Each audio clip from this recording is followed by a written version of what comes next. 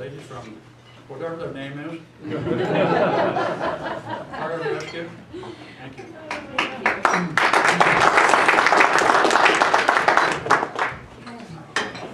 So we want to start out by letting you know, thank you very much for your donation last year. The donation was used to go to our residential key box program, and the boxes are used in case somebody has mobility issues and they're not able to come to the door in a medical emergency. The crews don't have to break down their door or crawl through a dog door or a window or something like that. But what we actually do is we provide a box. This hangs on their front door. We lock their key into this box, and the fire crews are the only ones that have access to the box. So this is helping many of our seniors that have mobility issues to feel safe in their homes should they have a medical need. So last year we spent money on buying more boxes because this program is so incredibly popular. We're running out of boxes and they're not coming back in quickly, which is a good thing. But our other boxes are also aging. So we want to thank you guys very, very much for supporting this program within Redmond Fire and Rescue's district. So the other thing that we wanted to talk about was we have come in and we've talked to you guys about our program that we do in preschools. It's called Firefighters Are Our Friends, and over the last couple of years, Tracy and I have even morphed it into what it is now. And it started out where the guys would come in, they would put on their turnouts, we would talk to the kids, this is what a firefighter looks like when they put on their turnouts, this is what they sound like. And our firefighters had kids in the preschools, and their kids were sitting in the teacher's lap crying and screaming and going, this is not okay. Aww. So we're like, this is not what this program is meant to be. This program's meant to be to get the kids familiar with firefighters and all of our gear. So we have bought gear bags, which you guys helped fund, and you guys have seen those where the kids get to put on turnout gear just like us. They get to play with little paper dolls that Tracy slaved over to where they can dress the paper doll, and then we come in and we have an amazing time where I get to put on my turnouts, I get to get my dork on. The crews are not okay with that, so I'm okay with it because I literally sound like a chicken. I get to be a ninja, I do pig sounds, I sound like Minnie Mouse, and Tracy explains to the kids as I'm putting my turnouts on what each piece of equipment does. And we have a blast. And the program has morphed into this wonderful thing where we don't have kids, even with language barriers anymore, hiding. They're coming up to us, they play the eye game, what color are my eyes? I've had pink eyes, I've had red eyes, I have blue eyes, I have brown eyes. And the kids are loving it, and it is just adding on to our relationship with our kids in our community. And without you guys, we wouldn't be able to do it. So we want to say thank you very much for that. And the goal of that program truly is if we end up with a structure fire, young kids are extremely at risk for becoming a fatality. And so that familiarization of us when we have our gear on, especially when most fires happen at night, is critical for them to recognize us, know what we sound like, increasing the odds that if we have the ability to get in there, the kids will be watching for us, listening for us, and will actually come to us in those really scary situations instead of hiding. So that is the goal of that program. So great program. It is. The guys are very afraid to come and play with Clara and I in that program. They definitely, we've taken it beyond their comfort zone. And they will never look at me the same again. No, no. So a brand new program that we have just developed this year is a new 911 program. And you might ask, why is the fire department talking about 911? Well, we are partnered with 911. They're aware of what we're doing. And we reached out to the kindergarten groups, our classrooms in our jurisdiction, to pilot test. I was hoping that we would get 1 or 2 classes where we could pilot test this year. They all came. We have every one of them except for 2 scheduled at this point.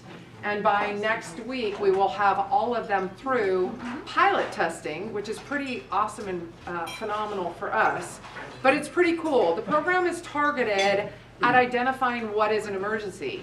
In the history of the fire service, when 911 became an option for all of us, the fire service went out and did this great job of telling everybody to call 911. The fire department will come help. Well, it's kind of shifted over time to the point now where we are watching the data. We are now getting calls to go out and assist on things that aren't necessarily an emergency. We had a business, I'll give you an example, that was under construction. We were out there for the final, and here comes the ambulance in on a call. And it had sounded like it was a really bad accident. Somebody was bleeding heavily. And Claire and I were looking around, and we're not seeing anybody bleeding heavily, and we're in uniform. And one of the individuals on the crew walked over when the ambulance got there, and he needed a Band-Aid for his finger. So that's the stuff that we are trying to tackle and reduce those types of calls for the crew so that we are available for emergencies. So we're kind of backing up, and this is new. I don't know if anybody else in the fire services that has jumped to this at this point. But this program is designed to educate the children. What is an emergency? When you need help right now. And we play a game with them, because what I know to be true, when we design something, if the kids are having fun while they're learning, it's going to stick. So we found these really cool little personal pads, and they line up, and we made a game show out of the 911 lesson with the kids. So we go through and we give them the definition of what an emergency is. We give them some examples of what is an emergency and what isn't. We break them into teams, and each team rotates. They've got a fire truck, they have a police car, and we have an ambulance, because those are the community helpers that will come and help you if you have an emergency. So each student in the group of 3 gets one of these little cards sitting there, reinforces who's going to come and help. They get one of the personal pads. We tell them a story, and they have to determine whether it's an emergency or not, and they buzz in. And the minute that group hits their buzzer, either the fire engine, the car, police car, or the ambulance, when they hit that buzzer, it locks out all the other buzzers. So that group gets to be the one that gets to tell us whether it's an emergency or not. If it is an emergency, they get to dial 911 so that they know that number, it commits it to their memory, and then we identify who the community helpers are that are going to come for that emergency. One of the great examples we use is, I'm going to get home from school and I'm really, really hungry. Do I call 911 to get a pizza delivered? No, the pizza delivery guy is not on the card. So it's really basic, it's really easy, and when it's all said and done, they get a great color sheet to go home with them, along with a letter to the parents to educate the parents that we were in the classroom, what the 3 main topics were that we covered while we were in the classroom. We have the 911, we have what is an emergency, also reiterating, know your address, and then the community helpers that come and help you when it is an emergency. So far, it's been awesome getting the pilot tested, and it's been a lot of fun, and I think that the feedback from the schools has been great. And the good news is, pilot testing, we haven't had to make a lot of adjustments into the program, so I think it's hitting its marks, and we're excited to see where it's going to go. So the 4th thing, we brought a lot of topics to kind of run you guys through today. The 4th thing is that we're excited to talk about is, this is an idea that is transitioning. The fire chief went to the city and said, hey, in our downtown urban renewal areas, is there some way that we can tap into the dollars that are being used to allow the businesses in that area to refurbish and regenerate business in that urban renewal area? But target some of that money for fire and life safety. And so what they've done is they're taking that concept and they're looking at fire and life safety issues for the occupants of those buildings and for firefighter safety. And also maybe possibly taking some of those dollars and creating a grant to deal with accessibility issues in the urban renewal. It's a concept that we're pretty excited about. We're keeping our fingers crossed. They're going to have a meeting on December 12th to see if they can move it further in through the process, but it might make grants available to help assist some of those business owners put in sprinkler systems, alarm systems, key boxes, natural gas shutoffs, those types of things that will help keep some of those areas a little bit safer in an emergency situation.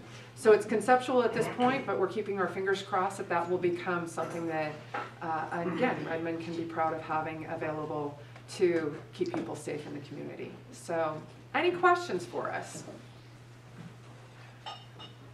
What age group do you do that with? Or grades? This, the 911 lesson is kindergarten. The firefighters are our friends, our preschool, and then Clara also does our matches and lighters or tools, not toys, in the 1st grade. So we have a continuum of lessons that we're moving through the youth in the community, and they all, with the different concepts and stuff, will tie together. So when we're doing firefighters are our friends, our firefighter gear is our tools that keep us safe. When we transition into the 1st grade program, matches and lighters are tools, not toys. Well, in every household, some parents let kids use tools, other ones don't. So trying to separate out the difference between a tool and a toy. So we clarified it by using our tools. The tools on the fire truck we would not let you touch or play with sends a clearer message, but now we've used tools again, and matches and lighters are included into the tools. You don't touch them. If you find them, you go tell a grown-up.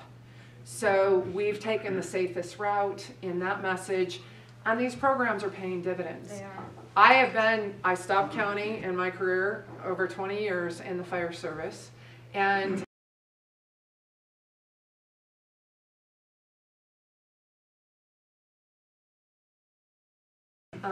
we last year had 2 youth misuse fire, and they had not been through the programs. We used to be in double digits in our jurisdictions, high double digits sometimes, and we have dropped it down, and we are evaluating and watching how these programs work. We are committed to creating programs that will make a difference, that do what they're supposed to do with our kids, and using the taxpayers' dollars appropriately. So when it's said and done, we have a safer community. Any other questions? I just have, Oh, go ahead.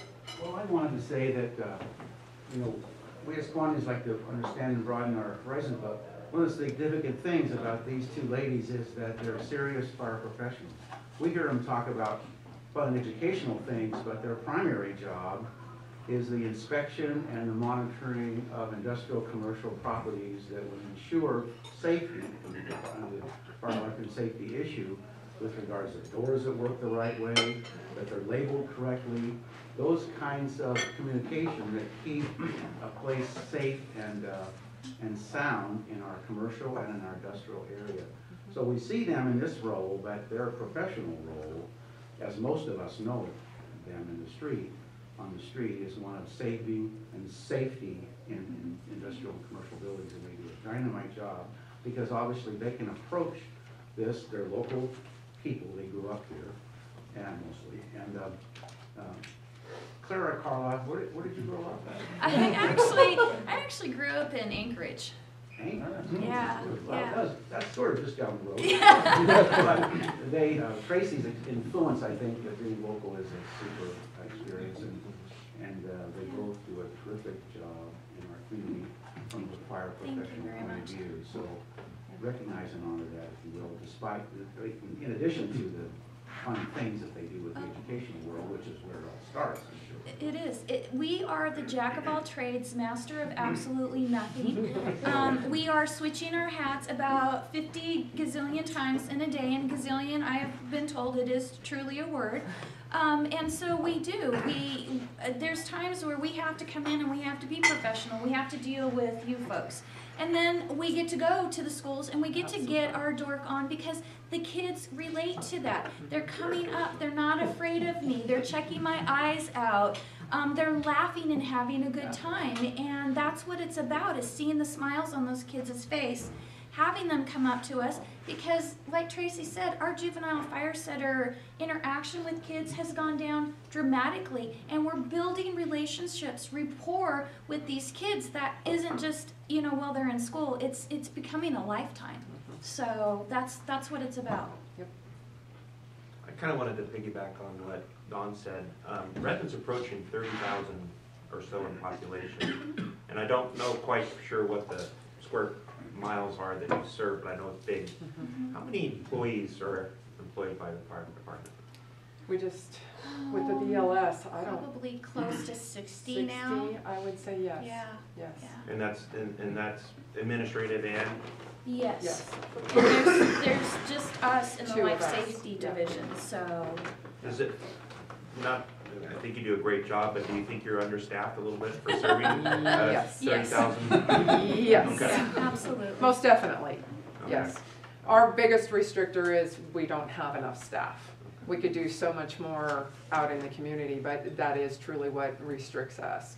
We also respond to scenes and stuff and do fire investigation, help with the victims after a fire. That's something that I don't think a lot of people realize that Claire and I also do. Trying to determine why the fire happened. We do the media stuff. We do a lot of different stuff. We don't get bored. No, there's So, never a dull moment. And we have a lot of fun, and I think you can tell there's a lot of passion in what we do. I know a lot of people, when they see us coming and you have a business, we make you nervous. We're there to educate. We don't want to see fires happen in anybody's businesses because that's livelihoods and that's dollars to the community, and it's devastating when that happens. So I like to look at us as a risk minimizer, and I know that there are codes that can impact the businesses, but it also will make it safer, and that's why we're passionate about doing what we do and why we're proud to be part of Redmond Fire and Rescue and have the absolutely. privilege to get to serve this community, because it really truly is a privilege to get up and come to work every day. Love our jobs. I just wanted to say that, you know, as Kiwanians, you know, we serve kids and we want to, you know, for the kids. And I have never been somewhere where I've seen Traci where she has not had a smile on her face. And if there was a child in her path, that she did not stop and say hello and give them a sticker badge. And I say that because I have 5 grandchildren. Do you know how many sticker badges we have? But and to do that takes a lot, so that you guys, it's not just coming and talking to us or, you know, doing the other great things that you do and some of the things that you don't want to do, most, you know. But having that positive environment that you create around you, Yeah. you know, makes the kids think that, you know, you're like the coolest thing. We have learned that you need to use caution when going to stores and stuff, because as everybody does, you have grubby days where you're doing stuff and you run into the store, and I don't know how many you know that's times when you're gonna I be think I caught. can sneak in and some little kid will go, "It's the fire lady," and everybody looks, and I don't look like the fire lady at all, and the parents looking at the kid going, "That's who?" And I'm like, "Yeah, I work for the fire department." And they're doing this. I told you not to talk. Exactly. Well, it's like last night I went to the Opportunity Foundation to donate some stuff, and I had to take it in the front, and I knew that I couldn't just say, "Hey, by the way, here's my stuff," and leave. I had to say hi to everybody, but they were busy. But they were really busy, and I kept waiting. I'm like, okay, I'm just gonna have to cause chaos in the store. So I walked up and I said, "I brought my stuff." And they're like looking at me, and I said, "Do you guys know who I am?" And they're like, "No." I said, "I'm Clara from the fire department." And all chaos in the store. Wayne, who was running the cash register, couldn't work anymore. "I see you all the time, Clara, and you don't say hi to me." And I'm like, "I'm sorry if I don't see you. And where's that Traci at?" And so We have a great job. It is. We It's do. the best It part of our is. job. It really Whether it's on is. duty or off duty, it is an awesome thing to get to And I'm serve really the proud of my community. sticker collection. Good, good. Don't wash them through the wash. No, because they will stick to. Yes, Yes, they do. will. A few years ago, I did an interview with George Endicott Yeah. about possible tsunami off the coast of Oregon, and he was saying that Redmond might be the staging area for that. Are you involved in the disaster preparedness aspect of that? A little bit. We'll go out and we'll teach some education classes and stuff, but we have a couple of others that are more in depth into that than Clara and I are at this point. Do you think they're ready for it? I don't know that you're ever ready for anything of that magnitude. You know, it's one of those that it doesn't matter what the disaster, you can prepare, and I would say we have prepared pretty well. The eclipse was a great trial run. This year, it didn't end up being as huge as what it was, you know, slated to be, and I'm not so sure that what it was slated to be didn't scare off some and made it a little bit better for us. But watching the command center and all of the agencies come together was a beautiful thing. Yeah. So I think that, yeah, there's been a lot of work that's gone into that, and I think that it's getting better all the time, and there's a huge commitment to that, and I think that's a good thing. But with that many bodies, how do you stay ahead of something like that? Everybody works together and the community comes together, and all of you will be a part of that if it happens, because Redmond Fire and Rescue can't do it alone. So, Dr. Cross? The reason that the eclipse wasn't a big deal is because everybody prepared for it. And I love that. That's why you said, oh, this wasn't bad at all. It's because you were ready. We were. We were. So, Yep. Yep. Yes. We like that. Thank you. One more thing, the impact of these kids is pretty powerful. We had to give a hero award to one of our clients, the Opportunity Foundation, the other day, because he had the wherewithal. There was an incident by his supervisor, I can't go into detail, but a medical issue, crisis, if you will, for sure. And he had the training, the wherewithal, and the comfort to call 911 and get help there before anything else could happen. So we got to give him this great hero award, and he was excited. Oh, I That is love awesome. it. Neat story, because you guys. Awesome. Nice. What's the percentage of inappropriate use of 911 in Redmond?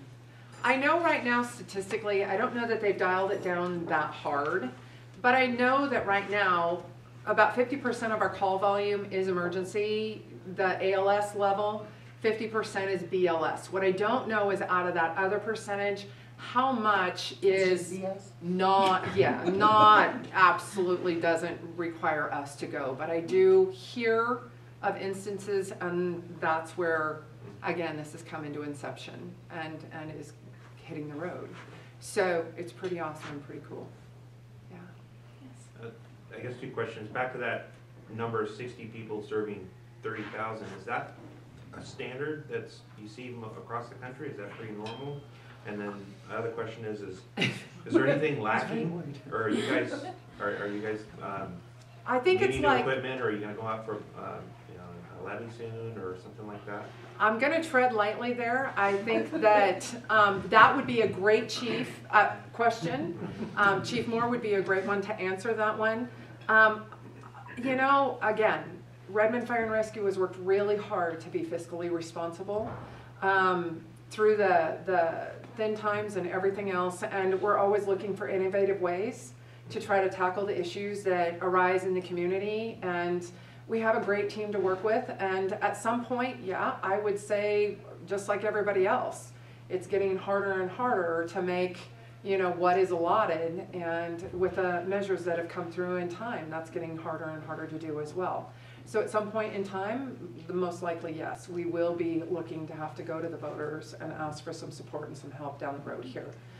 When that will come, I don't know. So I would defer that one to the fire chief. And if you want him on your docket, I would be happy to schedule him to come in and talk to you guys. But back to staffing, I mean, it's ideal to have at least 3 firefighters on an engine.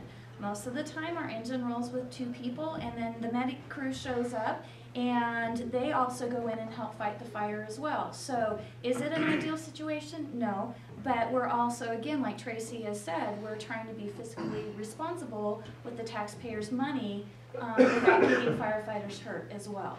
And I know nothing's, ever since it was become your own district, I mean, you haven't come back and asked for anything since then. I guess the other reason I bring it up is the Redmond Police Department's talking about adding on a fee come January. And then school board, the school district's going out for a bond in May, I think.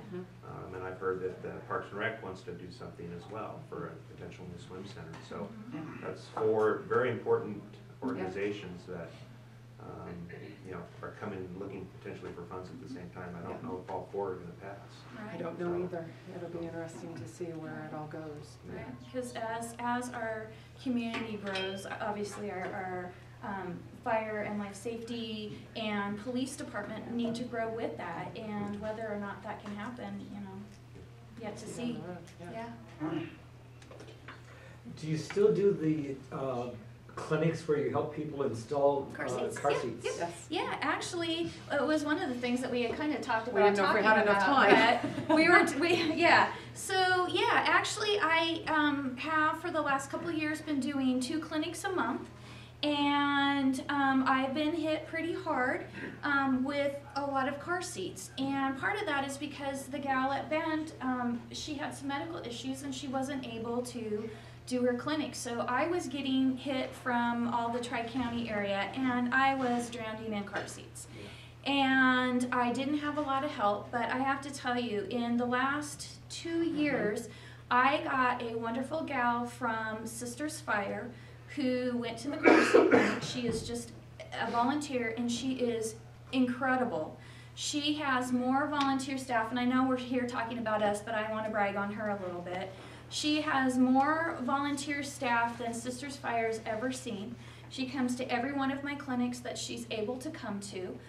She's got other people to come and help at my clinic. She's gotten other people to become car seat techs that I don't have to go help her at her clinics, and they're coming and helping me. And we got Kathy back at Bend back on, and so I've went from 2 clinics to 1 clinic starting in this past October. And so I have so much support and I feel great. I'm not drowning in car seats, and the program is just blooming and blossoming. And this team right now Oh, of yeah. techs moves around. So the gal that she's talking about goes and helps in Bend. Clara has also gone and helped in Bend at Kathy's clinics. Kathy has come and helped. So they are all working together to serve the Central Oregon communities, trying to make sure kids are properly in child safety seats. So it's pretty awesome. We just had a clinic or a technician class in October, and just to give you guys an update, I have been a tech going on, I think, about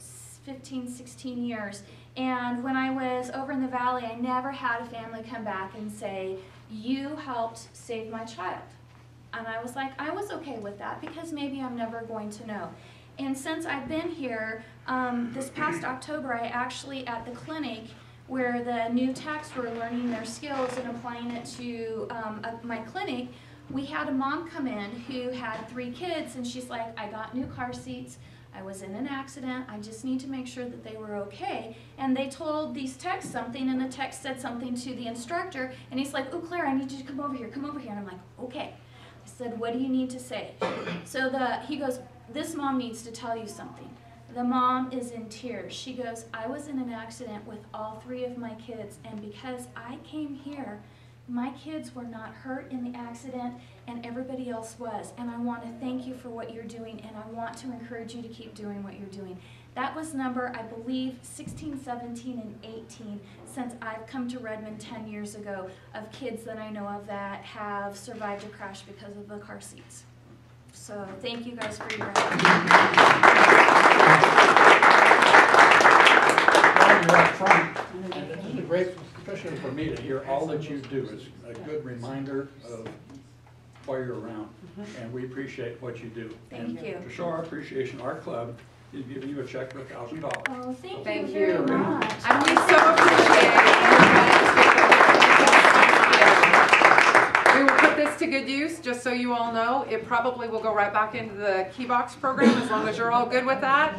Like I said, there's a need for that, and so that's probably where those dollars will go again this year. So thank you. Thank Do you you still very collect much. toys? We are trying to divert them to the other locations, but for those that are used to coming in, we will take them and get them routed out, yes, at the main station. Very good. Very good. Thank you Thank all you for having very us today.